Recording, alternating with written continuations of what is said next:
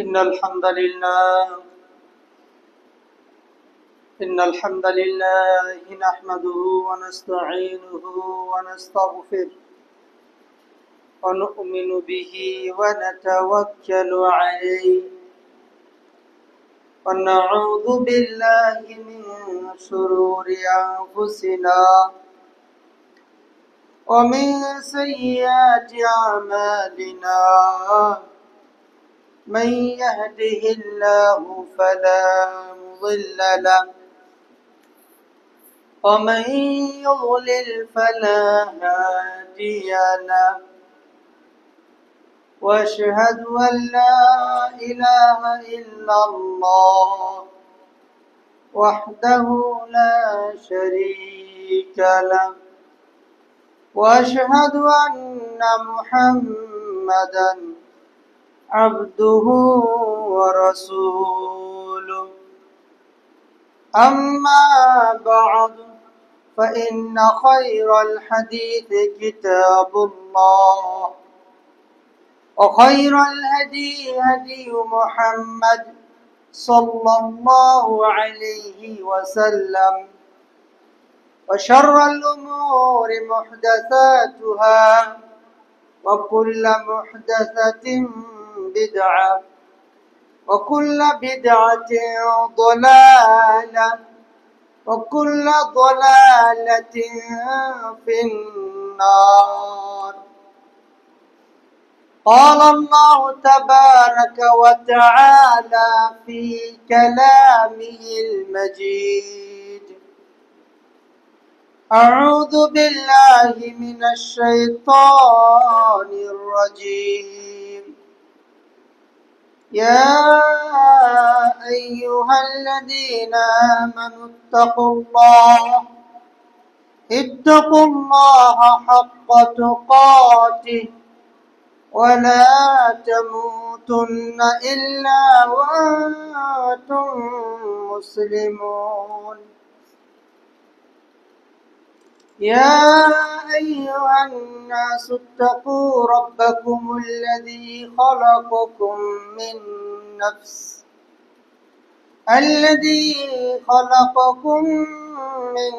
نفس واحدة وخلق منها زوجها وبث منهما رجالا كثيرا ونساء واتقوا الله الذي تساءلون به والأرحام إن الله كان عليكم رقيبا.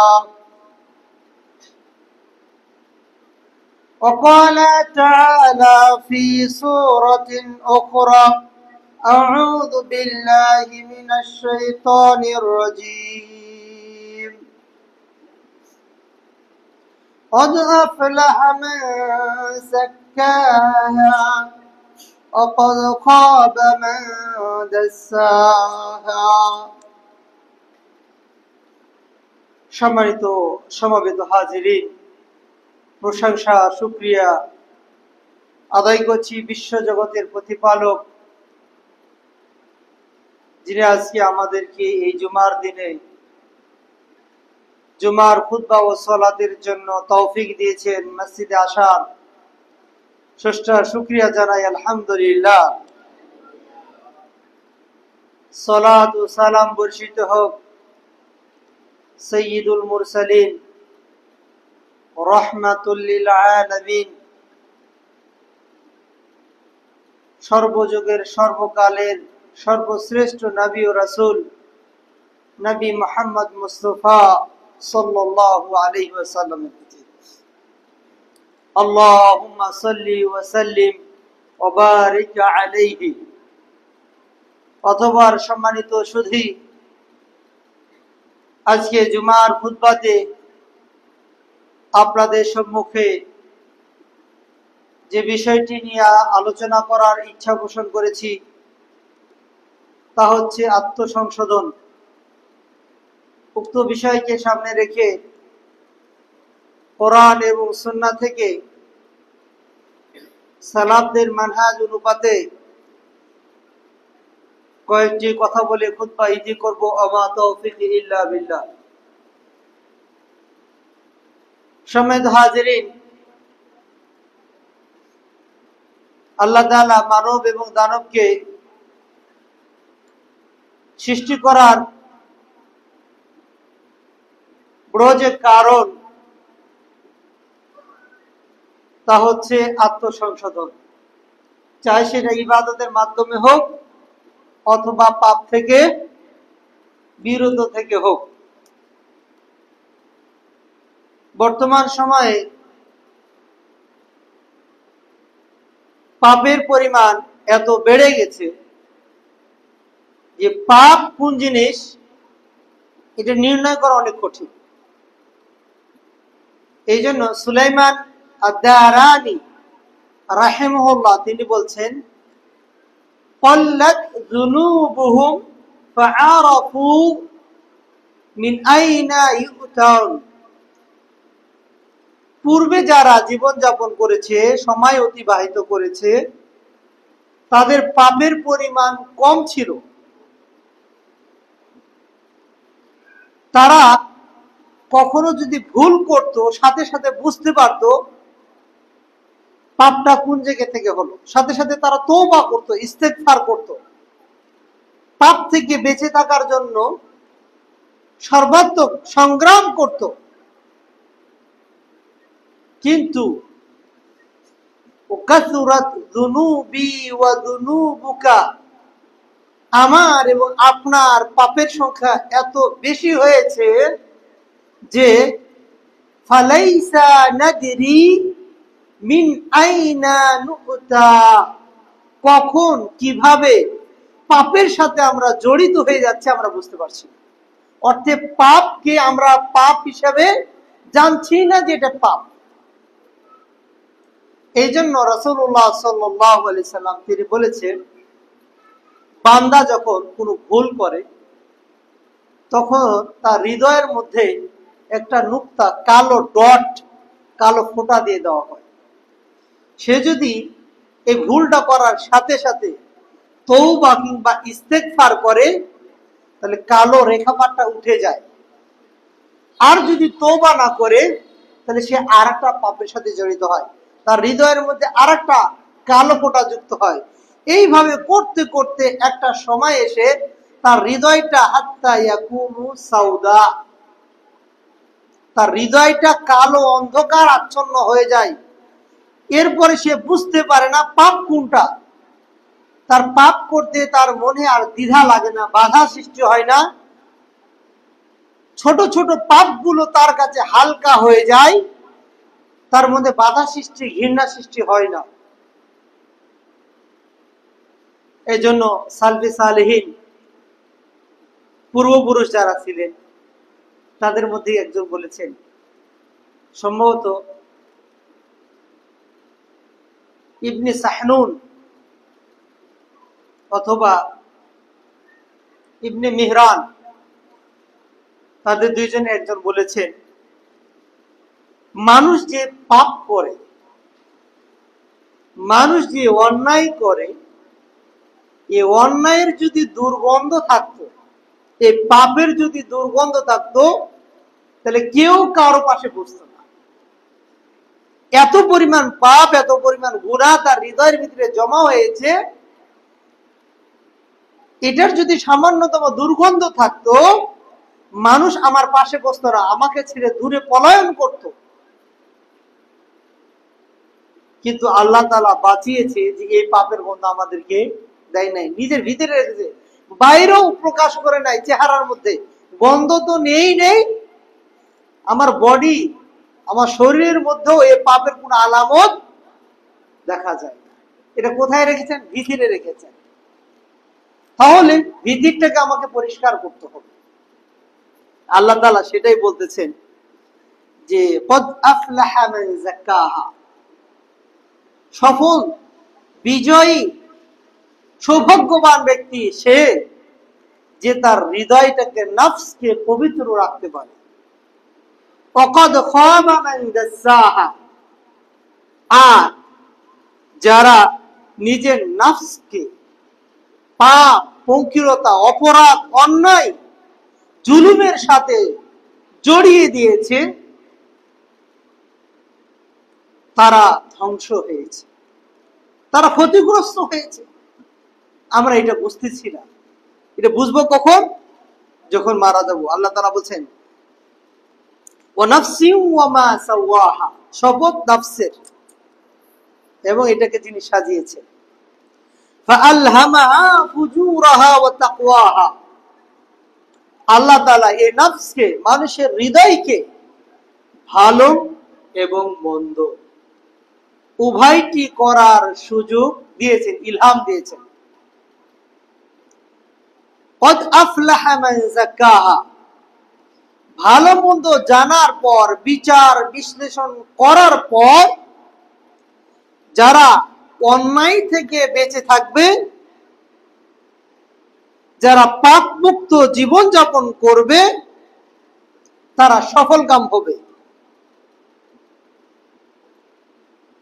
সুতরাং আমরা যখন পাপ করব, পাপ না, যে কোনো কাজ করবে, এই কাজ করার আগে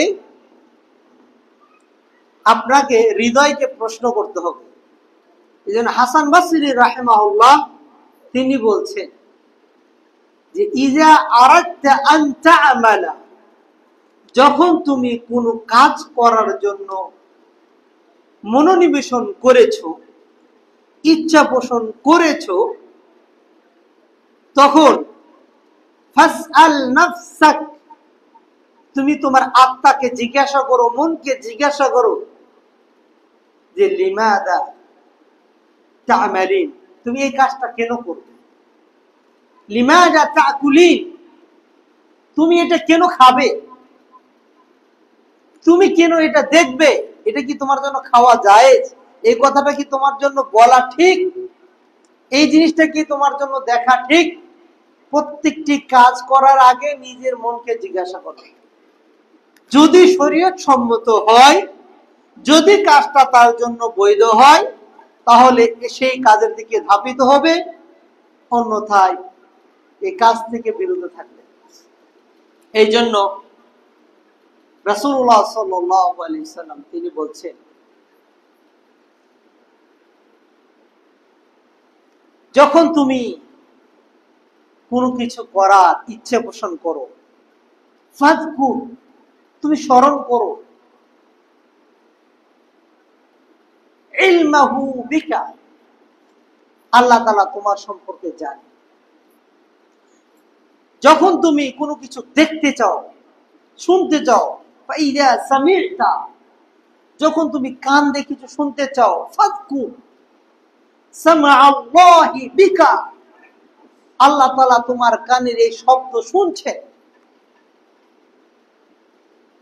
ফাইদা নাযারতা, যখন তুমি কোনো কিছু দেখবে, ফাযকুর, তখন তুমি স্মরণ করো, ইত্তিলাআহু আলাইকা, আল্লাহ তাআলা তোমার সম্পর্কে অবগত আছেন। এরপর তিনি কোরআনের একটা আয়াত পড়লেন, যে ইন্নাস সামআ ওয়াল বাসারা ওয়াল ফুআদা কুল্লুন উলাইকা কানা আনহু মাসউলা। আমি এই কথাগুলো কেন বললাম জানো? তোমাদের কর্ণ, তোমাদের হৃদয়, তোমাদের চক্ষুকে আল্লাহ তাআলা জিজ্ঞাসা করবে। তাহলে জীব শরীরের অনেকগুলো অংশ আছে, তার মধ্যে কর্ণ একটা, হৃদয় একটা, চক্ষু একটা। অর্থাৎ মানুষের পাপ সংগঠিত করার ক্ষেত্রে হোক বা ভালো কাজ করার ক্ষেত্রে হোক, মূল তিনটা অংশ: হৃদয় দিয়ে কল্পনা করা, চক্ষু দিয়ে দেখা, আর কান দিয়ে শোনা। এই জন্য দেখবেন সাহাবাদের ইতিহাস, জীবন ইতিহাস, কোন জায়গা দিয়ে যদি তারা অতিক্রম করেছে, আর সেখানে যদি গানের আওয়াজ, গানের তো না, এই যে বাঁশের বাঁশি, এর আওয়াজ এসেছে, ওমর বিন খাত্তাব রাদিয়াল্লাহু তাআলা তিনি কানের মধ্যে হাত দিয়ে ওই জায়গা অতিক্রম করে গেছেন। আব্দুল্লাহ ইবনে মাসউদ কানের মধ্যে আঙ্গুল দিয়ে অনেক দূর অতিক্রম করে গেছেন। বাঁশের বাঁশি কি আর শোনা যায়? মানে কানকে তারা হেফাজত করেছে, তারা হৃদয়কে হেফাজত করেছে, চক্ষুকে তারা হেফাজত করেছে। এরপরে দেহের আর একটা গুরুত্বপূর্ণ অঙ্গ আছে লিসান, জিহ্বা, জবান। এইটা যদি ঠিক না থাকে ভিতরে এগুলো আবার নষ্ট হয়ে যায়। রাসূলুল্লাহ সাল্লাল্লাহু আলাইহি সাল্লাম তিনি বলছেন, বনি আদম যখন সকাল করে তখন দেহের সবকিছু একজন আরেকজনের বিপক্ষে অভিযোগ করে, অর্থাৎ প্রতিটি অঙ্গ জিহ্বাকে সতর্ক করে, জবানকে, যে তুমি যদি আজকে সঠিক পথে থাকো আমরা সঠিক থাকবো, তুমি যদি অসুস্থ হয়ে যাও আমরা অসুস্থ হয়ে যাব। ফাত্তাকিল্লাহ, ও জিহ্বা, ও লিসান, ও জবান, তুমি আল্লাহকে ভয় করো, তুমি আল্লাহকে ভয় করো। দেহের একটা অঙ্গ আর একটা অঙ্গকে অভিযোগ করে, অনুরোধ করে, রিকোয়েস্ট করে, আল্লাহর রাস্তায় তুমি পাপ করো না, ভয় করো আল্লাহকে, তুমি যদি পাপ করো আমরাও শাস্তির আওতাধীন হয়ে যাব। আপনার এক দেহ আর এক দেহের অপরাধের কারণে কান্না করে, কিন্তু নাফস আপনি এমন তার গোলাম হয়ে গেছেন যে পাপ করছেন কিন্তু আল্লাহর সামনে দাঁড়াতে হবে এই জিনিসটা ভুলে গেছে। এই জন্য রাসূলুল্লাহ সাল্লাল্লাহু আলাইহি সাল্লাম তিনি বলছেন, আল কাইয়িসু মান দানা নাফসা, সফল জ্ঞানী বিচক্ষণ ব্যক্তি সে যে তার নিজের নফসকে পবিত্র রাখতে পেরেছে, আত্মশুদ্ধি করতে পেরেছে, আধ্যাত্মিক পর্যায়ে যেতে পেরেছে। আধ্যাত্মিক কিভাবে যেতে পারবেন আল্লাহ তাআলা আবার সেটাও কোরআনে বলছেন, ওয়াজাহিদু ফিল্লাহি হাক্কা জিহাদি, তোমরা আল্লাহর ক্ষেত্রে প্রকৃত জিহাদ করো, যেভাবে জিহাদ করা উচিত। ওয়াজতাবাকুম, তিনি তোমাদেরকে মনোনীত করেছেন।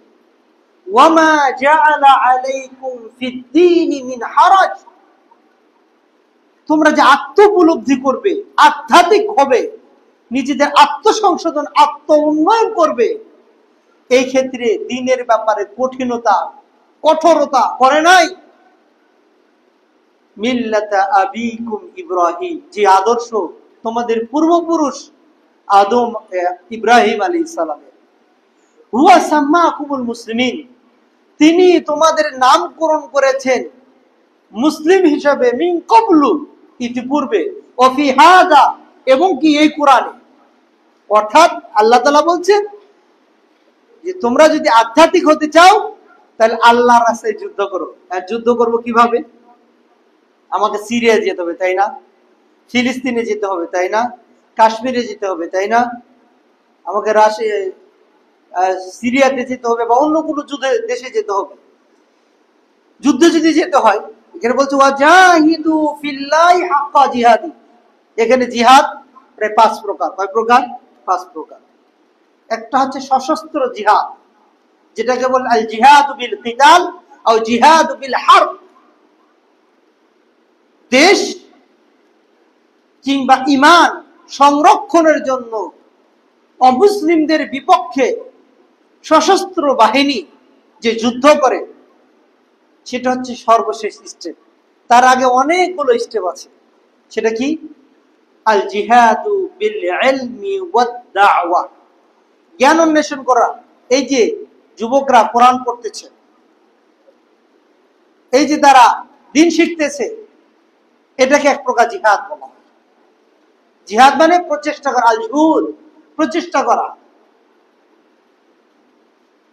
আল জিহাদ বিদ দাওয়া, এই যে আপনারা সামাজিক কাজ করছেন, দাওয়াতি কাজ করছেন, এই যে মাদ্রাসা প্রতিষ্ঠা করেছেন, মসজিদ প্রতিষ্ঠা করেছেন, এটা গুরুত্বপূর্ণ একটা জিহাদ। শুধুমাত্র অস্ত্র দ্বারা সশস্ত্র বাহিনীর বিপক্ষে যুদ্ধ করাই জিহাদ না, ওটাও গুরুত্বপূর্ণ জিহাদ, ওটাও ফজিলত অনেক বেশি, কিন্তু ওটা সিচুয়েশন তৈরি হওয়া, আমির নির্ধারণ করা, প্রস্তুতি গ্রহণ করা, এরপর যুদ্ধে যাওয়া। সেটার আগে যেই যুদ্ধগুলো আপনার নিজের সাথে সম্পৃক্ত সেটা তো করতে হবে। যেমন এই মসজিদ, এটা আল্লাহর একটা ঘর, এটাও একটা জিহাদ। আল্লাহ তাআলা বলছে ইন্নামা ইয়া'মুরু মাসাজিদাল্লাহ মান আমানা বিল্লাহি ওয়াল ইয়াউমিল আখির। মসজিদকে চাষাবাদ তারাই করে যারা আল্লাহর প্রতি এবং পরকালের প্রতি বিশ্বাস রাখে।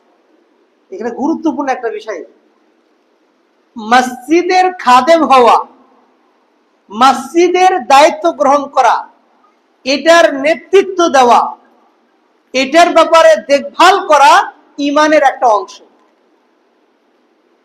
এটা একটা জিহাদ। আল্লাহ তাআলা বলছে ইন্নামা ইয়া'মুরু মাসাজিদাল্লাহ। আল্লাহ তাআলার মসজিদকে চাষাবাদ করে, দেখাশোনা করে, এটাকে আঞ্জাম দেয়, এটাকে দেখভাল করে তারাই যারা আল্লাহর প্রতি ঈমান এবং পরকালের প্রতি ঈমান এনেছে। ওয়াকামুস সালাহ, মসজিদ নির্মাণ করে দিলেন কিন্তু সালাতের খবর নেই। ওয়াতুজ যাকাত, তারা যাকাত দিবে। ওয়ালাম ইয়াখশা ইল্লাল্লাহ, কেবলমাত্র আল্লাহকে ভয় করবে, আল্লাহ ছাড়া আর কাউকে ভয় করবে না। সুতরাং মসজিদের দায়িত্ব গ্রহণ করাটা বড় বিষয় নয়, বরং মসজিদের দায়িত্ব গ্রহণ করার পর এর সাথে যারা ইমাম রয়েছে, এখানে যারা খাদেম রয়েছে, এখানে যারা ছাত্র রয়েছে, এখানে যারা শিক্ষক রয়েছে, তাদের দেখভাল করা, মসজিদের পরিচর্যা করা, কোরআনের ব্যবস্থা করা, এখানে তালিমের ব্যবস্থা করা, সবকিছুই কিন্তু ইমানের একটা অংশ, জিহাদের একটা অংশ, পরকালে বিশ্বাসের একটা অংশ। নিজের নফসকে পবিত্র করার গুরুত্বপূর্ণ একটা জায়গা হচ্ছে কি মসজিদ। আপনি যদি দেখেন রাসূলুল্লাহ সাল্লাল্লাহু আলাইহি সাল্লামের জামানায় মসজিদটা কোন কোন কাজে ব্যবহার হতো, সেই জায়গা থেকে আমরা রাষ্ট্রকে আলাদা করে ফেলেছি, মসজিদকে আলাদা করে ফেলেছি। অর্থাৎ ধর্মভিত্তিক যে রাজনীতি চর্চা, এই জায়গা থেকে নিয়ে গণতন্ত্র বলছে কি যারা রাজনীতি চর্চা করবে তারা দিন চর্চা থেকে বাইরে থাকবে, রাজনীতির সাথে দিনকে কোনো সম্পর্ক করা যাবে না, তাদের থিওরি কিন্তু এটা। কিন্তু রাসূলুল্লাহ সাল্লাল্লাহু আলাইহি ওয়াসাল্লাম বলছেন যে ওয়াতাসুসু বানু ইসরাইল, যারা বানু ইসরাইল ছিল তারা রাজনীতি করত। তাসুসু আম্বিয়াউ বানি ইসরাইল, বানি ইসরাইল বংশের যতগুলো নবী এসেছিল তারা কি করত, রাজনীতি করত, নেতৃত্ব দিত। ইসলামেও কিন্তু আসিয়াসা আশ-শারঈয়্যা, ইসলামিক রাজনীতি আছে। কিন্তু এই জায়গা থেকে আমরা বের হয়ে গিয়ে ভিন্ন একটা কুফরি মতবাদের সাথে জড়িত হয়ে গেছি, যেটার কারণে আমরা আত্মসংশোধন করতে পারছি না। আপনি যদি দেখেন রাসূলের জামানায় রাজনীতিটা কেমন ছিল, মসজিদটা সালাতের জন্য ব্যবহার হতো। 2, মসজিদটা কোনো মেহমান যদি আসতো, প্রতিনিধি দল আসতো, তাকে রিসিভ করে কোথায় বসতে দেওয়া হতো, মসজিদে। এরপরেও যদি দেখেন কোনো বিচার কার্যক্রম যদি করতে হতো, রাসূল কোথায় করতেন, মসজিদে। রাসূল যদি তার সাহাবাদেরকে দার্স দিতেন, ক্লাস নিতেন, পড়াতেন, সেটা কোথায়, মসজিদে। যুদ্ধে সেনাবাহিনী পাঠাতে হবে, প্রতিনিধি দল তৈরি করা, প্রশিক্ষণ দেওয়া, কোথায় হতো সেটা, মসজিদ থেকে। বিবাহ বন্ধনে আবদ্ধ করতে হবে, সে বিয়ে কোথায় করানো হতো, মসজিদে। মানে শরীয়ী যতগুলো কাজ ছিল এর মেন হেডকোয়ার্টার কোথায় ছিল, মসজিদ। সেই জায়গা থেকে আমরা মসজিদকে শুধুমাত্র সালাতের জন্য সীমাবদ্ধ করেছি, আর বাকি কাজগুলোকে অন্য জায়গায় নিয়ে চলে গেছি। মানুষ পাপ কেন করবে না? আচ্ছা বলেন তো, মসজিদের মধ্যে কেউ বিড়ি খায়, মসজিদের মধ্যে এসে কেউ চুরি করে, কেউ কেউ কিছু আছে দুষ্ট, সেটা ভিন্ন কথা। মসজিদের মধ্যে এসে কেউ অন্যায় কাজের সাথে জড়িত হয়, ভয় হৃদয় কাজ করে না। সেই জন্য আল্লাহ রাসূল সাল্লাল্লাহু আলাইহি সাল্লাম এই মসজিদকে কি করেছিলেন, মেন সেন্টার বানিয়েছিলেন সকল কাজের। মানুষ এখানে আসবে, আল্লাহর তাকওয়া অর্জন করবে, কথা বলতে গেলে আল্লাহর ভয় থাকবে তার হৃদয়ে। কিন্তু আজ ধর্মটাকে এক জায়গায় রেখেছে, আর রাজনীতি অন্যরা দখল করে রাখবে। শুধুমাত্র টুপি আর সলাতের মধ্যে মসজিদটা সীমাবদ্ধ থাকবে, তাহলে অন্যগুলো কে করবে? আপনি জানেন কি আজকে মানুষ এত পাপে জড়িত হচ্ছে কেন? অন্যায় কেন সংগঠিত হচ্ছে? আত্মসংশোধন, আত্ম উপলব্ধি কেন করতে পারছে না? কারণ ইমামের যে গুরুত্ব, ইমামের যে নেতৃত্বের আনুগত্যের গুরুত্ব, সেটা আমরা হারিয়ে ফেলেছি। ইমাম কাকে বলা হয় জানেন? রাষ্ট্রপ্রধান কাকে বলা হয় জানেন? আল্লাহ তাআলা সলাতে সেটা শিখিয়ে দিয়েছে। কোন ইমাম যদি সলাতে ভুল করে, আপনি কি বাইরে গিয়ে তাকে নিয়ে সমালোচনা করেন? না।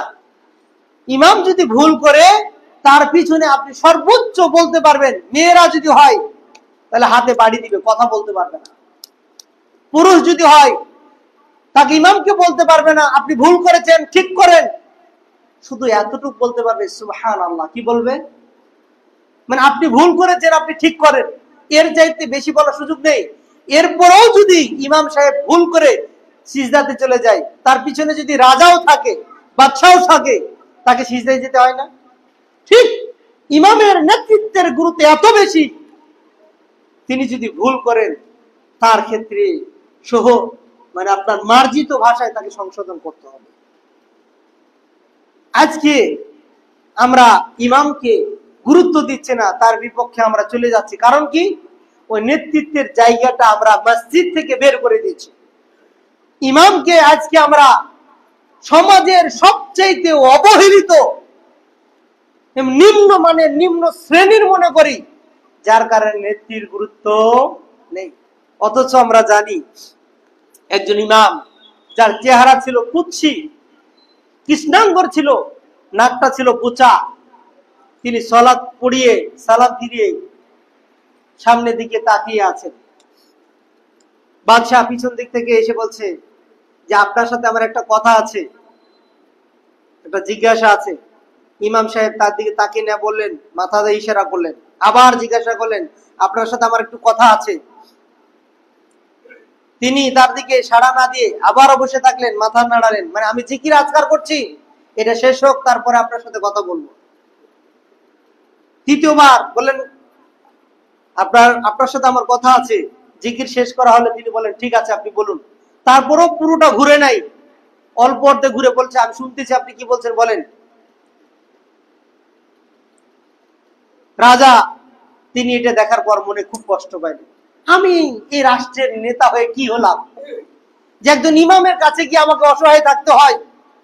তিনি তার বাড়িতে গিয়ে তার ছেলেকে বলছে, ও আমার সন্তানরা, তোমাদেরকে রাষ্ট্রের নেতা হতে হবে না, ইমাম হও, যার পিছনে রাজারা গিয়ে দাসের মতো হয়ে বসে থাকবে।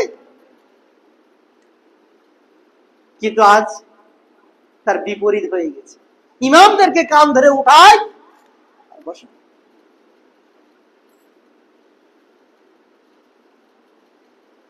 কি কারণে? আমরা যারা নেতৃত্বে এসেছি, দায়িত্বে এসেছি, ইমামদের মূল্যায়নটা আমরা করতে পারি না। ইমামরা শুধু কি করবে? 5 ওয়াক্ত নামাজ পড়াবে, আর মারা গেলে জানাজার নামাজ পড়াবে, এর বাইরে ওদের আর কোনো কাজ নেই।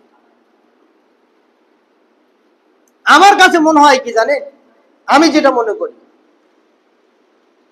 আমাদের এই মসজিদের যারা দায়িত্বে আছেন তাদের সংসার আছে না? অবশ্যই আছে। তাদের ব্যবসা বাণিজ্য আছে না? অবশ্যই আছে। এই ভাইগুলো যদি তার সংসার সামলিয়ে ব্যবসা বাণিজ্য করে মসজিদে 5 ওয়াক্ত সালাত আদায় করতে পারে, ইমাম সাহেব বাইরে ব্যবসা, ধান লাগে, কাজ লাগে, 5 ওয়াক্ত নামাজ কেন পড়াতে পারবে না? কেন অন্যের বেতনের আওতাভুক্ত থাকতে হবে? কিন্তু সমস্যা তো এই জায়গাতেও আছে। ইমাম যদি ইমামতির পাশাপাশি দোকান দেয়, ওরে আপনি ইমামতি রাখবেন? ও যদি ব্যবসা করে, ওরে কি দিব? অথচ আবু বকর রাদিয়াল্লাহু তাআলা আনহু, আমিরুল মুমিনিন, বিশ্বজাহানের খলিফা, রাসূল সাল্লাল্লাহু আলাইহি ওয়াসাল্লামের মৃত্যুর পর তাকে উমর বিন খাত্তাব রাদিয়াল্লাহু তাআলা আনহু তিনি গিয়ে বললেন, ইয়া আমিরুল মুমিনিন, আপনি যে কাপড়ের বোঝা মাথায় করে বিক্রি করার জন্য যাচ্ছেন, এই সময়টা যদি রাষ্ট্রের বিভিন্ন কাজে দিতেন তাহলে আমরা অনেক উপকৃত হতাম। তো আমাকে সংসার চালাতে হবে না, আমারও তো সংসার আছে, আমিরুল মুমিনিন। তো আমরা আপনার সংসার চালানোর জন্য রাষ্ট্র কোষাগার থেকে বেতন দিব।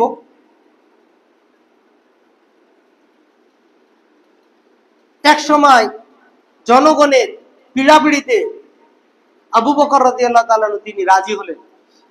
রাজি হওয়ার পর রাষ্ট্র কোষাগার থেকে সামান্য পরিমাণ বেতন নিলেন। বেতন নেওয়ার পর হঠাৎ একদিন, কিছুদিন যাওয়ার পর তার স্ত্রী রাখতেছে, ওগো আমার কাছে কিছু পয়সা আছে,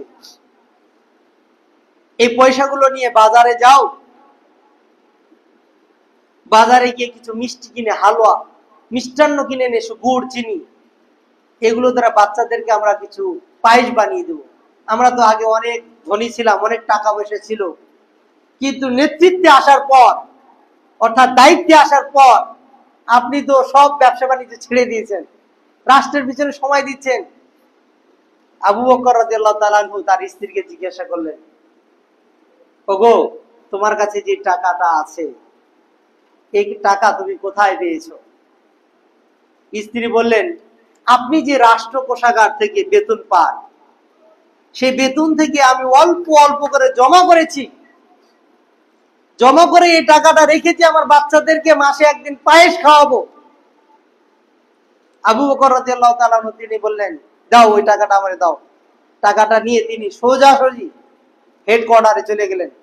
বাইতুল মাল, রাষ্ট্র কোষাগারের যিনি ট্রেজারার, হিসাব রক্ষক, তাকে গিয়ে বলছেন, এই এদিকে আসো, আগামী মাস থেকে আমাকে এত টাকা কম দিবা, এই টাকাটা বেশি দিয়েছো, এত টাকা কম হলে আবু বকরের পরিবার চলবে, না খেয়ে মারা যাবে না, এই টাকা ফেরত দাও। খলিফা, তার হৃদয়ে তাকওয়া ভয় ছিল, আত্মসংশোধন করতে পেরেছিলেন, এই জন্য টাকাটা ফেরত দিয়েছিলেন। আজকাল যারা নেতা যায় তাদের ভিতরে এই গুণটা দেখা যাবে? বরং রাষ্ট্রের কোটি কোটি টাকা নিজেরা আত্মসাৎ করে পাহাড় জমিয়েছে, বাইরের দেশে তারা এটা পাঠিয়েছে। ঠিক একই কথা বলছিলাম, আজকাল যদি কোনো ইমাম কোন একটা ব্যবসা করে এবং পাশাপাশি ইমামতি করে, আমাদের সমাজ এটা মেনে নেয় না, তাকে সুযোগও দিবে না। তাকে কি ওই একটা নির্দিষ্ট অ্যামাউন্ট, 5-6 হাজার বা 10 হাজার বা 15 হাজার 20 হাজার, এর ভিতরে জীবনযাপন করতে হবে। আচ্ছা ভাবুন তো, এই মানুষটার তো লাইফ আছে, তাই না? এরও তো 2টা বাচ্চা আছে। বর্তমান সময়ে যদি একটা বাচ্চার পিছনে 5,000 করে খরচ হয়, তো 10,000, 2টা বাচ্চা থাকলে 10,000 এমনি হবে। বাসা ভাড়া তো 10,000 এমনি আছে, তো বাকি টাকা কোথা থেকে নিয়ে আসবে? তো সমাজে এই মসজিদ যারা চাষাবাদ করছেন, এই বিষয়গুলো ভাবতে হবে আপনাদের। ইমামদেরকে ভাবতে হবে, যদি মসজিদের সভাপতি, সেক্রেটারি তারা বাইরে কাজ করে, ব্যবসা বাণিজ্য করে পরিবার চালাতে পারে, 5 ওয়াক্ত সালাত পড়তে পারে, তাহলে আমি বাইরে ধান চাষাবাদ করে 5 ওয়াক্ত সালাত কেন পড়াতে পারবো না? আমি ব্যবসা বাণিজ্য করে দোকান করে আমি কেন পারবো না? কেন আমাকে একটা সীমাবদ্ধের মধ্যে থেকে, আমার কি আত্ম উন্নয়ন নেই? আমার কি সমাজে উন্নয়নের জন্য আমাকে ভূমিকা রাখতে হবে না? অবশ্যই রাখতে হবে। এই সুযোগটা যেমন আপনাদেরকেও করতে হবে, ঠিক যারা মসজিদে দায়িত্বশীল আছেন তাদেরকেও জিনিসটা ভাবতে হবে। না হলে রাষ্ট্রের উন্নয়ন শুধু অর্থনৈতিক দিয়ে হবে না, কারণ মানুষের আত্ম উন্নয়ন যতক্ষণ পর্যন্ত না হবে, মানুষের হৃদয় যতক্ষণ পর্যন্ত সংশোধন না হবে, আপনার যতই টাকা হোক, টাকা অন্য পথে ব্যয় হবে, হালাল পথে ব্যয়। সমিত হাজরিন, ইমাম আহমদ বিন হাম্বল রাহিমাহুল্লাহ তিনি কিতাবুজ জুহুদ এই গ্রন্থে উমর বিন খাত্তাব রাদিয়াল্লাহু তাআলা আনহু এর কাছ থেকে একটা হাদিস বর্ণনা করছেন, যে উমর বিন খাত্তাব রাদিয়াল্লাহু তাআলা আনহু তিনি বলছেন, হাসিবু আনফুসাকুম ক্বাবলা আন তুহাসাবু ওয়া ওয়াজিনু আনফুসাকুম ক্বাবলা আন তুজানু। ও আমার প্রজারা, ও আমার ভাইয়েরা, ও আমার সাথীরা, তোমরা পৃথিবীতে যতদিন বাঁচো নিজেদের হিসাব নিজে ক্যালকুলেশন করে নাও, নিজের হিসাব নিজে খাতাতে ডায়েরি মেনটেন করো। ফজর থেকে নিয়ে বিছানায় যাওয়া পর্যন্ত আজকে কতটা ভালো কাজ করেছো, কতটা মন্দ কাজ করেছো, এটা লেখো।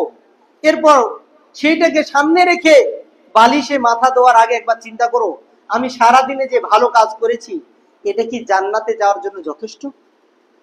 আমার দ্বারা সারাদিনে যে পাপগুলো হয়েছে জান্নাতে যেতে কি বাধা সৃষ্টি করবে? এগুলো কি জাহান্নামে যাওয়ার জন্য কারণ হবে? হাসিবু আনফুসাকুম ক্বাবলা আন তুহাসাবু। কিয়ামতের মাঠে আল্লাহর সামনে ওই ভলিউম লাইন বাই লাইন পড়ার চাইতে দৈনন্দিন তুমি কি পরিমাণ কাজ করছো ভালো, কি পরিমাণ মন্দ কাজ করছো তা হিসাব করে নাও। ওয়াজিনু, নিজের আমলটাকে একটু মেপে নাও কিয়ামতের দাড়ি পাল্লায় মাপার আগে। কারণ কি?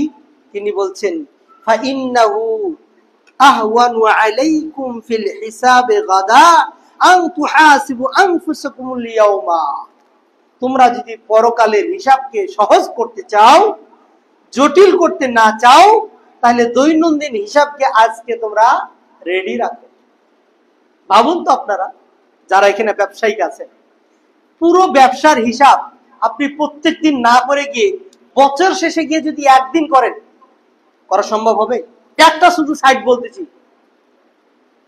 আপনার বিভিন্ন সাইট নিয়ে না, শুধু একটা সাইট আপনার টাকা, আপনার ইনকাম এবং ব্যয়, এটা যদি আপনি দৈনন্দিন না করে বছরে একবার করেন, এই হিসাব মিলাতে পারবেন? তাহলে আল্লাহ তাআলা যদি আপনার টাকা তো নিবেই, প্রতিটা সেকেন্ডের প্রতিটা মুহূর্তের আপনার হিসাব দিতে হবে। এমনকি হৃদয়ের ভিতরে যে সংকল্প আপনার আছে, ইচ্ছা আছে, সেটাও যদি আল্লাহ তাআলা জিজ্ঞাসা করে, তাহলে কিয়ামতের মাঠে আপনার এবং আমার কি অবস্থা হবে?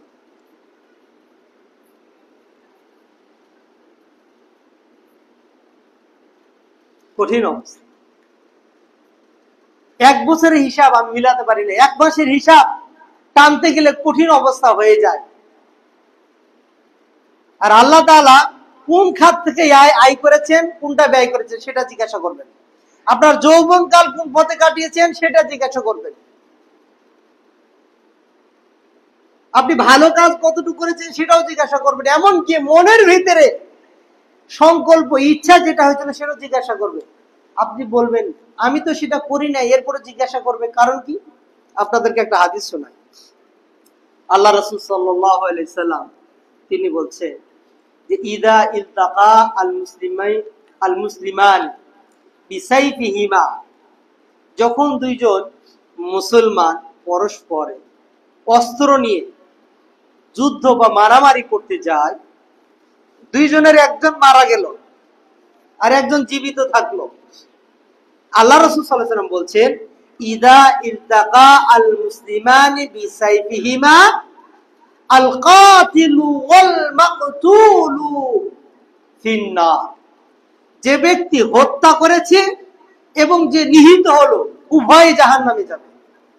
সাহাবারা আশ্চর্য হয়ে বললেন ইয়া রাসূলুল্লাহ, যে হত্যা করেছে তার হত্যার অপরাধের কারণে সে জাহান্নামে যাবে এটা বুঝলাম, মা বালুল মাকতুল, কিন্তু যাকে হত্যা করা হলো তার কি অপরাধ, তাকে কেন জাহান্নামে যেতে হবে?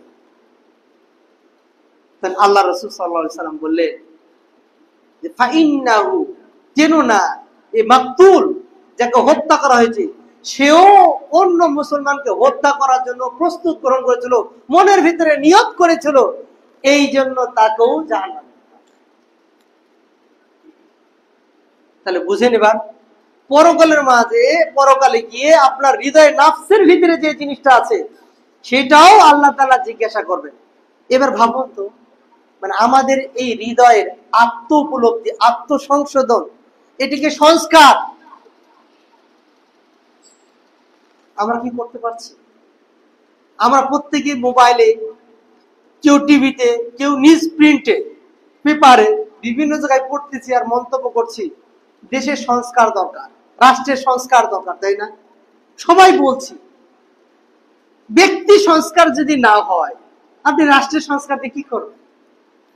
আপনারা জানেন বর্তমানে যিনি ক্ষমতায় আছেন, প্রধান উপদেষ্টা প্রফেসর ডক্টর ইউনূস হাফিজাহুল্লাহ, তিনি কিন্তু বাংলাদেশে একটা ছোট্ট কান্ট্রি ব্যক্তি হিসাবে বহির্বিশ্বে তার সুনাম সুখ্যাতি অনেক আছে, তাই না? এরপরেও বাংলাদেশকে নিয়ন্ত্রণ করা তার কঠিন হয়ে যাচ্ছে। চাঁদাবাজি বলেন, অন্যায় বলেন, পাপ বলেন, মারামারি বলেন, যতগুলো বলেন অপরাধ হচ্ছে কি হচ্ছে না? কারণ কি? মানুষের আত্মসংস্কার নেই।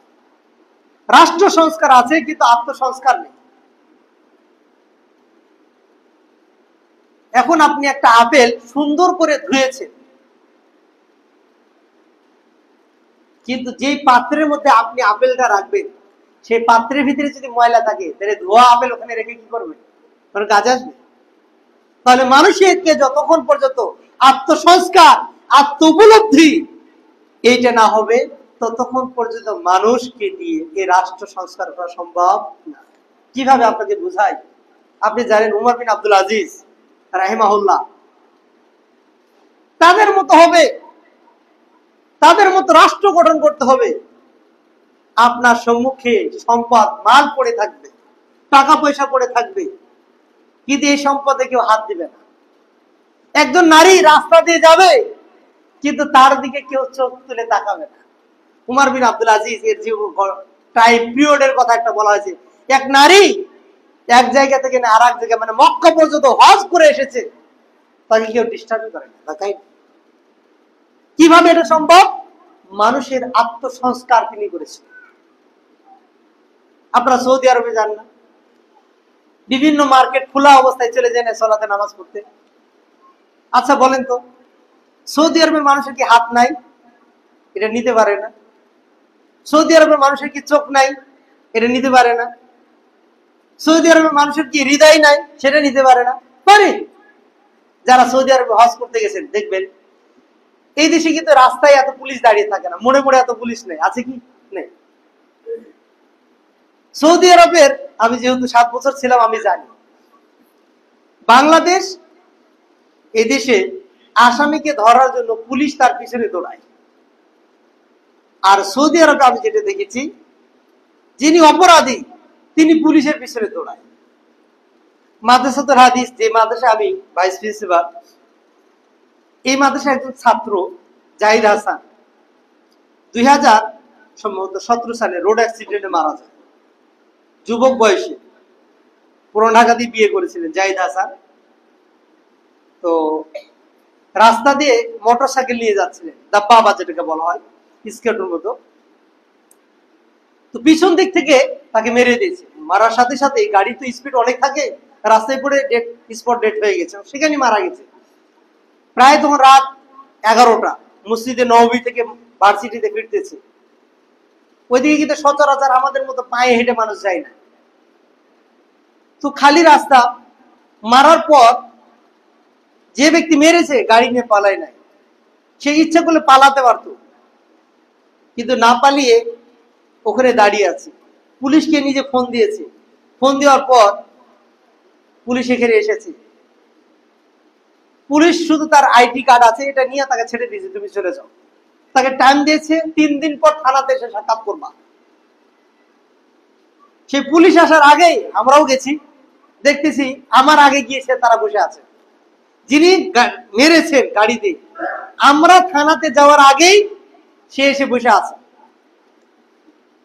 মানে বুঝতে পেরেছেন বিষয়টা? কিভাবে এটা সম্ভব? আত্মসংস্কার, নিজের ভিতরে ভয় আছে।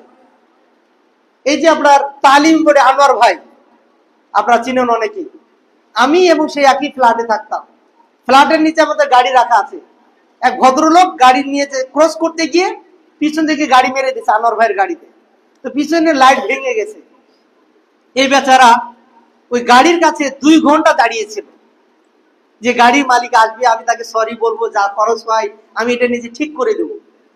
2 ঘন্টা দাঁড়িয়ে থাকার পর যখন আসে নাই, তখন তিনি একটা কাগজে, আমি এটা বাস্তব ঘটনা বলছি, এই তালিম বোর্ডের আনোয়ার ভাই প্রশাসনিক কর্মকর্তা, তিনি করছেন কি, যিনি মেরেছেন, একটা কাগজে ওনার নাম, মোবাইল নাম্বার দিয়ে বলছেন, আমি আপনার গাড়ির পিছনে লাইট ভেঙেছি, আমি 2 ঘন্টা দাঁড়িয়েছিলাম, আমি কাউকে না পাওয়ার কারণে আমার নাম্বার দিয়ে গেলাম, অনুগ্রহ করে আপনি আমার সাথে ফোনে যোগাযোগ করবেন, আমি এসে ঠিক করে দেব। আল্লাহ আকবার। আমাদের দেশে আছে কি এটা, মানে এই বিষয়টা কি আছে? এটা কেমনে সম্ভব হলো? ওই যে মানুষের আত্মসংস্কার, আত্ম উপলব্ধি, এইটা আছে বিধায় একটা অন্যায় করার পরেও তারা সেখান থেকে পালায় না, ক্ষতিপূরণ দিতে চায়। আর আমরা পাপ করতে করতে পাপের পরিমাণ এত বেশি হয়েছে, একটা বড় কাজকেও আজকে আমরা পাপ মনে করি না, এটাকে সওয়াব মনে করে করি। সম্মানিত হাজিরিন, এজন্য মাইমুন ইবনে মেহরান তিনি বলছেন, ইন্নাল মুত্তাকি আশাদ্দু মুহাসাবাতান লিনাফসিহি মিন সুলতানিন আশিন ওয়া মিন শারীকিন সহিহিন। মাইমুন ইবনে মেহরান রাহিমাহুল্লাহ তিনি বলছেন, মানুষ, প্রত্যেকটা ব্যক্তি এতটা সচেতন হবে যে তার পার্টনার, ব্যবসায়ী পার্টনার, যার সাথে লেনদেন হয়, যতটা কারো কাছে টাকা ইনভেস্ট করার পর নিজের মনের কাছে মনে হয় হয়তোবা যার কাছে আমি ইনভেস্ট করেছি টাকাটা নিয়ে পালিয়ে যেতে পারে, তার পার্টনারের ব্যাপারে যতটা সংশয় সচেতন থাকে যেন আমার টাকাটা না হয়ে যায়, তার চাইতে নিজের মনের ব্যাপারে, আত্মার ব্যাপারে, হৃদয়ের ব্যাপারে সতর্ক থাকবে। কারণ কি? এ আত্মা তার সকল আমল বাতিল করে। কারণ আল্লাহ রাসূল সাল্লাল্লাহু আলাইহি ওয়াসাল্লাম বলছেন, ইন্না ফি কুল্লি জাসাদিন মুদগাহ, প্রতিটি মানুষের দেহের ভিতরে একটা মাংসপিণ্ড আছে। যখন এই মাংসপিণ্ডটা বিশুদ্ধ থাকে, সুস্থ থাকে, পুরো দেহটা সুস্থ থাকে। ওয়াইদা ফাসাদাত ফাসাদাল কুল্লু, যখন তার এই মাংসপিণ্ডটা অসুস্থ হয়ে যায়, রোগাক্রান্ত হয়ে যায়, পাপে জড়িত হয়ে যায়, পুরো দেহটা অসুস্থ হয়ে যায়। রাসূল সাল্লাল্লাহু আলাইহি ওয়াসাল্লাম বলে, আলা ওয়াহিয়া কলব, তোমরা কি জানো সেটা কি? মানুষের হৃদয়। আপনি আমল করছেন, আমলটা ঠিক হচ্ছে কিনা? হৃদয়। আপনি কোনো কাজ করতে যাচ্ছেন, সবকিছু নির্ভর করবে কোথায়? হৃদয়। আপনি দেখেন, হিজরত একটা ভালো কাজ, ইবাদত কাজ। এই হিজরতের সময় আল্লাহ রসুলের সাথে একজন সাল্লাল্লাহু আলাইহি ওয়াসাল্লাম হিজরত করেছে, যার নিয়ত ছিল মক্কার একটা সুন্দরী নারী, তাকে মদিনায় হিজরত করার পর আমি তার বিয়ে করব। আমাদের দেশের মতো বয়ফ্রেন্ড গার্লফ্রেন্ড না, তার বিশদ মানে হালাল পদ্ধতিতে পারিবারিক চুক্তির ভিত্তিতে আপোষে আলোচনার মাধ্যমে বিয়ে করবে। হিজরত করার পরে নিয়তে এটা ছিল। আল্লাহ রাসূল সাল্লাল্লাহু আলাইহি ওয়াসাল্লাম একটা হাদিস বলে দিলেন, ইন্নামাল আমালু বিন্নিয়াত, মানুষের কাজের ফলাফল তার নিয়ত অনুপাতে হবে, হৃদয়ে যা আছে সেই অনুপাতে হবে। হিজরত করেছে ওই ব্যক্তিকে লক্ষ্য করে এই হাদিসটা বলেছে। রাসূলের সাহাবা, সে কিন্তু তার সাথে প্রেম করে নাই, ভালোবাসা করে নাই, শুধু মদিনায় এসে বিয়ে করবে। আল্লাহ রাসূল বলছে যে, যে ব্যক্তি কোনো মেয়েকে পাওয়ার জন্য অথবা পৃথিবীকে কিছু পাওয়ার জন্য কোনো কাজ হিজরত করলো, তাহলে তার হিজরত এর সওয়াবটা সেই অনুপাতে হবে যেই উদ্দেশ্যে সেই হিজরত করেছে। এই জন্য আপনার হৃদয়ের লৌকিকতা, আপনার হৃদয়ের সংশয়, হৃদয়ের কামনা কল্পনা, এটা যেন একমাত্র আল্লাহর উদ্দেশ্যে হয়। এইটা যদি না হয় তাহলে কিন্তু পরকাল শেষ হবে। বর্তমানে আমাদের হৃদয়গুলো এমন হয়েছে যে আশুহুরাতু ওয়াসুমআতু ওয়া রিয়াউ, মানুষ আমার প্রশংসা করুক, আমার হৃদয়ের মধ্যে একটা রেখা পাক, মানুষের কাজ আমার নামটা ভাইরাল হবে, আমার এখানে একটা কাজ করে, মানুষ আমার গুণগান করুক, আমি এই জিনিসটা চাই। আপনি দেখেন, মানুষ আজকে দুনিয়ার এই বুড়িচিকার পিছনে দৌড়াতে দৌড়াতে তাদের গুরুত্বপূর্ণ সময়গুলো এমন ভাবে শেষ করে দিচ্ছে যে কবরের কাছাকাছি এসে গেছে, এরপর আত্মসংশোধন হচ্ছে না। অথচ রাসূল সাল্লাল্লাহু আলাইহি ওয়াসাল্লাম বলছেন, একজন মুজাহিদ আল্লাহর রাস্তায় যুদ্ধ করে শহীদ হয়ে গেছে, জান্নাতে যেতে পারবে না। একজন আলেম দিন শিক্ষা দিতে দিতে, কোরআন তেলাওয়াত করতে করতে সে মারা গেছে, সে জান্নাতে যেতে পারবে না। একজন মানুষ তার উপার্জিত সম্পদ ব্যয় করতে করতে পুরোটা আল্লাহর রাস্তায় দান করে দিয়েছে, এরপরও জান্নাতে যেতে পারবে না। কারণ কি? আপনারা ভাববেন আল্লাহর রাস্তায় যুদ্ধ করে শহীদ হয়ে গেছে, এরপরও জান্নাতে যেতে পারবে না? হ্যাঁ, যেতে পারবে না। কোরআনের হাফেজ জান্নাতে যেতে পারবে না। দানকারী, সাদকাকারী জান্নাতে যেতে পারবে না। অপরাধ কি? সে ঠিকই দান করেছে। আল্লাহ রাসূল সাল্লাল্লাহু আলাইহি ওয়াসাল্লাম বলছেন, কিয়ামতের মাঠে আউয়ালু মান তুসাআরু বিহি ইয়াউমাল কিয়ামা, কিয়ামতের মাঠে সর্বপ্রথম যাদেরকে জাহান্নামের আগুন দ্বারা উদ্বোধন করা হবে, ছেক দেওয়া হবে, তাপ দেওয়া হবে, তারা তিন শ্রেণীর মানুষ। এক, যে ব্যক্তি শহীদ হয়েছে তাকে। দুই, যে ব্যক্তি দান করেছে তাকে। তিন, যে ব্যক্তি কোরআনের আলেম হাফেজ হয়েছে তাকে। কারণ কি? আল্লাহ তাআলা তাদের কিয়ামতের মাঠে ডাকবে, ডাকার পর কাকে কি নিয়ামত দিয়েছে সেগুলো স্মরণ করে দিবে। স্মরণ করে দেওয়ার পর বলবে, বান্দা আমি তো তোমাকে এই নিয়ামত দিয়েছিলাম, তুমি কি বুঝতে পারছো? হ্যাঁ। বলে, তুমি আমার জন্য কি করেছো বলো? বলে, ইয়া আল্লাহ, আমি আপনার রাস্তায় যুদ্ধ করতে করতে শহীদ হয়ে গেছি। আল্লাহ বলবেন, তুমি মিথ্যা বলছো। অথচ আসলে ব্যক্তিটা শহীদ হয়ে গেছে। আল্লাহ তাআলা কেন বললেন মিথ্যা বলছো? কারণ যুদ্ধ করার সময় তার মনের ভিতরে একটা নিয়ত ছিল, কাউকে বলে নাই যে তুমি আমাকে বীর মুক্তিযোদ্ধা বলিও, আমি মারা গেলে আমার নামের শুরুতে শহীদ লিখবো, এটা কাউকে বলে নাই। মনের ভিতরে ঘরে বিছানায় শুয়ে থেকে একটু কল্পনায় এসেছিল, আমি হয়তো বা যুদ্ধ করতে করতে যদি শহীদ হয়ে যাই তাহলে মানুষ আমাকে শহীদ বলবে। এই নিয়ত করার কারণে। অথবা হাফেজ, সে কোরআন তেলাওয়াত করছে, মনে মনে ভাবছে হয়তো আমার তেলাওয়াতটা শোনার পর মানুষ আমার প্রশংসা করবে, বলে নাই তুমি আমার প্রশংসা করো, কিন্তু মনে মনে ভেবেছে। এই ভাবার কারণে। অথবা ওই দান করেছে, দান করার সময় কাউকে ওই সাংবাদিক নিয়ে ছবি তুলে নাই, পোস্টারে দেয় নাই, কাউকে বলে নাই তুমি আমাকে বলো আমি দানবীর। মনের ভিতরে শুধু সংকল্প করেছে হয়তোবা আমাকে মানুষ দানবীর বলতে পারে। এ নিয়ত করার কারণে আর তারা আমল করার পরও তাদেরকে জাহান্নামে যেতে হবে। বুঝতে পেরেছেন? আত্মসংস্কার যদি না করি, আপনি এই মসজিদ, মাদ্রাসা আরো যতই কাজ করেন এগুলো বিফলে যাবে। এবং যারা দিনই খেদমত করছেন, আশা করি আল্লাহ তাআলা আপনাদের নিয়তকে পরিশুদ্ধ রেখেছেন ইনশাআল্লাহ। ত্রুটি যদি থাকে এখন থেকে আমরা আত্মসংশোধন হয়ে যাই, আল্লাহ তাআলা আমাদেরকে সংশোধন রাখুন, আমিন। শুধু এই ক্ষেত্রে না, ব্যবসা বাণিজ্যের ক্ষেত্রেও, পরিবারের ক্ষেত্রেও। হ্যাঁ, এবং কি জিন্দা শয়তান, হ্যাঁ, সবার পকেটে এখন একজন করে আছে, তাই না? এই জিন্দা শয়তান কিন্তু আপনাকে কি করছে? ভুল পথে নিয়ে যাচ্ছে। আজ আগেকার দেখবেন যুবকদেরকে যদি একটা অন্যায় কাজ করতে হতো তাহলে পিতা মাতাকে বিভিন্ন প্রকার ফাঁকি দিয়ে মিথ্যা কথা বলে তারপরে অন্যায় করতে হতো। যেমন ধরেন একটা সিনেমার কথাই বলেন, হলে গিয়ে একটা সিনেমা দেখবে, তাকে পরিকল্পনা করতে হতো, টাকা সংগ্রহ করতে হতো, তারপরে মা বাবা তাকে চোখে চোখে রাখতো, এরপরে কোনোভাবে স্কুলে হাফ ক্লাস করার পর একটা অন্যায় কাজে জড়িত হতো। আর এখন ওই পিতা মাতা তার সন্তানকে বলে খারাপ বন্ধুদের সাথে যাবা না, সিনেমা দেখবা না, কিন্তু হাতের মধ্যে একটা সিনেমা দেখেছে। তাহলে আত্মসংশোধন কোথা থেকে? মা একদিকে মোবাইল নিয়ে পড়ে আছে, বাবা একদিকে মোবাইল নিয়ে পড়ে আছে, আর একজন যুবক আর ঘরের মধ্যে মোবাইল নিয়ে পড়ে আছে। আত্মসংশোধন হবে? আমি পুরান ঢাকার আমার এক বন্ধু বা কলিগ, একসাথে কাজ করি, তিনি এসে বললেন যে আমার এক আত্মীয় আছে, বিয়ে করেছিল, 12 বছর পর্যন্ত তার কোনো সন্তান হয়নি। আল্লাহর কাছে কান্নাকাটি করে একটা সন্তান পেয়েছে।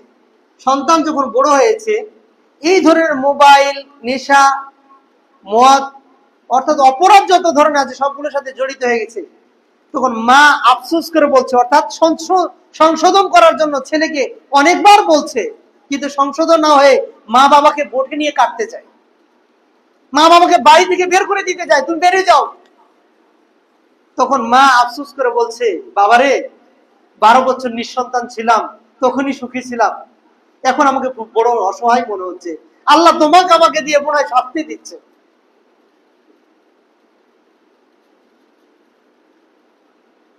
কেন হচ্ছে না আত্মসংশোধন? কারণ হাতে হাতে, চোখে চোখে, সময়ে পাপ সংগঠিত হচ্ছে, যার কারণে আজকে সমাজ কুলুষিত হয়ে গেছে, অন্ধকার হয়ে গেছে। কেউ পাপকে পাপ মনে করছে না। আমরা আল্লাহ তাআলার কাছে দোয়া করি, আল্লাহ তাআলা আমাদেরকে পাপ মুক্ত জীবনযাপন করার তৌফিক দান করুন, আমিন। নিজেদের নফস, নিজেদের কলব, এটাকে পবিত্র রাখার তৌফিক দান করুন, আমিন। আল্লাহ রাসূল সাল্লাল্লাহু আলাইহি ওয়াসাল্লাম বলতেন, ইয়া মুকাল্লিবাল কুলুব সাব্বিত কলবি আলা দীনি। হে হৃদয়ের পরিবর্তনকারী, আল্লাহ রাসূল তো কোনো পাপ করতেন না, তার আগের পথে সকল গুনাহ খাতা মাফ, এরপরও তিনি বলতেন, ইয়া মুকাল্লিবাল কুলুব সাব্বিত কলবি আলা দীনি, আমার হৃদয়টাকে দ্বীনে আপনি ব্যবহার করুন। ভাবুন তো, আমাদের হৃদয়টা 24 ঘন্টার মধ্যে আল্লাহর জিকিরে, নামাজে, ইবাদতে কতক্ষণ ব্যবহার হয়? আল্লাহ তাআলা যেন আমাদের হৃদয়কে আল্লাহর আনুগত্যমূলক কাজে ব্যবহার করা তৌফিক দান করুন, আমিন। আকুলু কওলি হাযা আস্তাগফিরুল্লাহ লি ওয়া লাকুম ওয়া লিসাইরিল মুসলিমিন ফাস্তাগফিরুহু ইন্নাহু হুয়াল গফুরুর রহিম। আলহামদুলিল্লাহ ওয়াসসালাতু ওয়াসসালামু আলা রাসূলিল্লাহ, আম্মা বাদ। সম্মানিত হাজিরিন, আমরা আলোচনা করছিলাম আত্মসংশোধন, আত্ম উন্নয়ন, আত্মসংস্কার বিষয়ে কোরআন এবং সুন্নাহ থেকে আমরা আলোচনা করলাম। যে আলোচনা করলাম, আমি সহকারে সবাইকে আমল করার তৌফিক দান করুন, আমিন। আমাদের পরিবারে যে নতুন সন্তান এসেছে, আমরা বা যৌবনে পদার্পণ করেছে, আল্লাহ তাআলা সবাইকে ঈমানের উপর আমল করে ঈমান সংস্কার করার তৌফিক দান করুন, আমিন। এই মসজিদ এবং মাদ্রাসার খেদমতে যারা আছে সবার জন্য দোয়া করি, আল্লাহ তাআলা তাদের পরিবার পরিজন সবাইকে সুস্থ রাখুন, আমিন। যারা দিনই খেদমত করছেন, এই খেদমতকে সাদকায়ে জারি হিসেবে কবুল করুন, আমিন। এই মসজিদে যারা হেফজখানায় পড়তেছে বা কিতাবখানায় পড়ছে, তাদের জন্য আমরা দোয়া করি, আল্লাহ তাআলা তাদেরকে জগৎ বিখ্যাত আলেম হিসেবে কবুল করুন, আমিন। আপনারা যারা এসেছেন তাদেরকে এবং তাদের পরিবারকে একটি ইসলামিক পরিবার হিসেবে গঠন করা আল্লাহ তৌফিক দান করুন, আমিন। وقال الله تعالى في كلامه المجيد إن الله وملائكته يصلون على النبي يا أيها الذين آمنوا صلوا عليه وسلموا تسليما اللهم صل على محمد وعلى آل محمد كما صليت